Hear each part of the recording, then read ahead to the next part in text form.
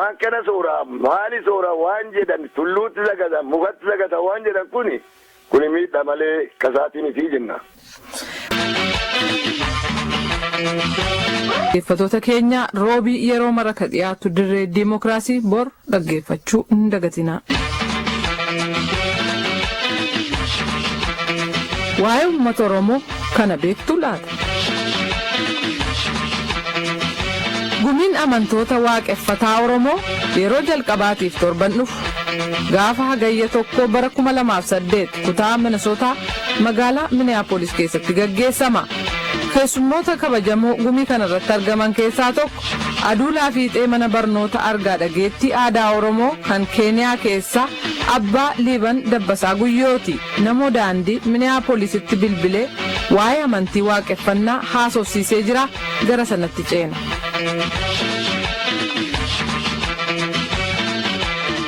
Aadaa Oromoo keessatti amantii waaqeffataa jedhamu akkamitti ibsama? Maal jechuudha Abbaa Liiban Dabbasaa?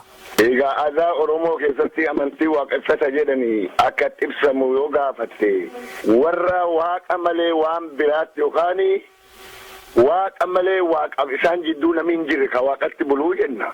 Sirna waaqeffachuu kana keessatti waaqa akkamitti ilaala Oromoon? Maal jedha waa'ee waaqaa?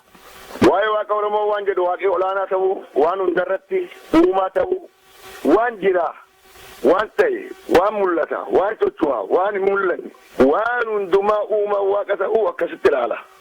Waaqaaf nama gidduu quunnamtiin jiru maal fakkaata? Quunnamtii bareedaatti ture.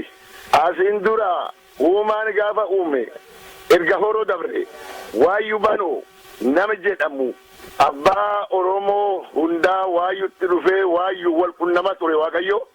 Waayyuu banuurraa kalamaffaa hoborsa nama jedhanii wal quunnamaa ture. Waayyuu banoottis ta'u hoborsatti kan Waaqayyo dubbate maal fa'i Abbaa Liiban Dabbasaa?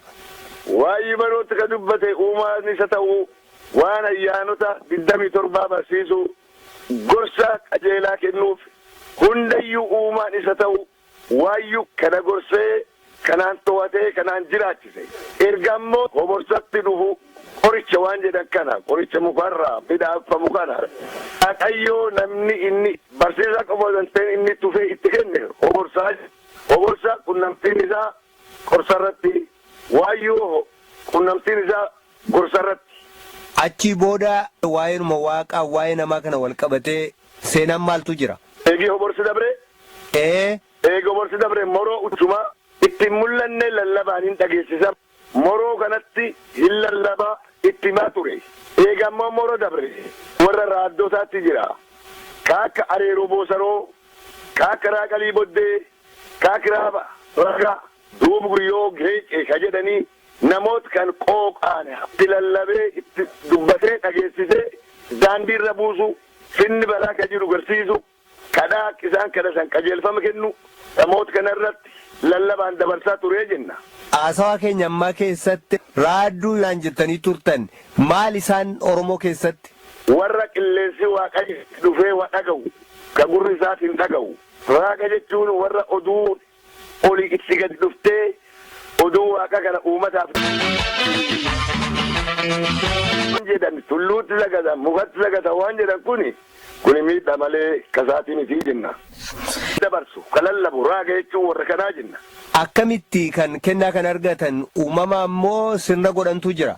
Uumamaan argatan sirna godhata doon ta'in uumamaan argatanii uumam sun irratti yoo argatan immoo waan lagatan qabani seerri qabani laguu qabani warri kunini wa hunda nyaatanii wa hunda dubbatanii kabajaa gugurdaa Waaqayyoof qabani. Kennaa waaqaati malee wanni isaan ofitti bitatanii dhaabbatanii hin jiru. Waan Waaqayyootti dubbatu namatti dabarsanii jenna. Oromoon waa'ee uumama lafarraa maal jedha? Waan hunda dura bishaantu ture jettanii turtan amma dura na barsiistan Abbaa Liiban Dabbasaa.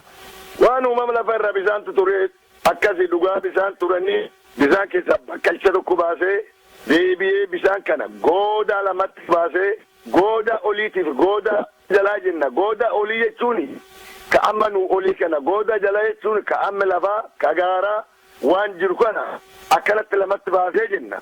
Erga suni waan lubbuu qabu namoota fa'a uume jenna. Nama akkamitti uume Waaqayyo? Waaqayyo nama tokko uume milluun immoo lamatti baase. Namni inni uumelleen aaboo kaan immoo xabaaboo jedhamti. Isaaf isi jechuun dhiirsaaf niiti. Akkasitti uumee lamatti baasee jenna.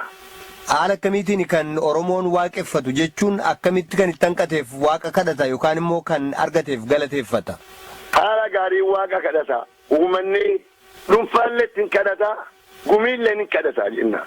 Yoo kadhatu immoo Oromoon waaqa kadhatee yoo rakkinni dhufu rakkinnarraa bahu yoo bonii dhufu waaqa kadhatee bonarraa roobatti jijjiiruuf yoo dhukkubii dhufu waaqa kadhatee gama fayyaatti jijjiiruuf yoo qilleensi hamaan jiraatu waaqa kadhatee gama qilleensi mishaatti waaqayyo jijjiiruuf kadhaa waaqa adoo waan birii ittiin qarqabiin yookaan adoo waan biraa ittiin dariin yookaan adoo namoota inni itti dubbatu sunillee ufudura dhaabee ittiin hiriiriin waaqayyo fuula itti galee bahee kadhatee irraa argataa jenna.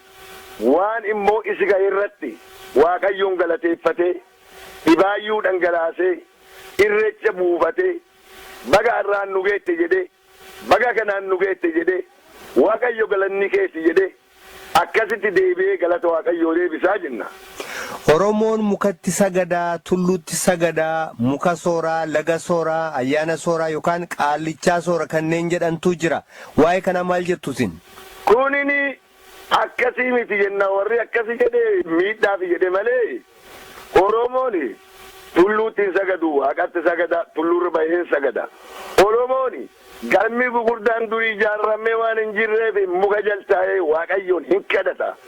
Markaatti bahee laga biratti dhibaayyuu dhibaasee irreecha buufatee waaqayyoon hin kadhata malee waan kana sooraa maali sooraa waan jedhan tulluutti sagada mukatti sagada waan jedhan kuni miidhaa malee kasaatiin isii jenna. Hayyee Abbaa Liban Dabbasaa Guyyoo ibsanaa kennitan ganaaf guddaan sin galatoomsadha. Galaatiin dhabini jenna. Hayyee nagaatti kaa. Nagaatti na jiraatu.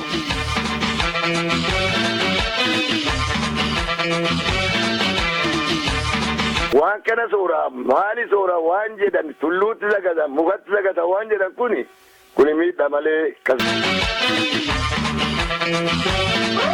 Kan dhaggeeffataa jirtan raadiyoo sagalee Ameerikaa sagantaa afaan Oromooti.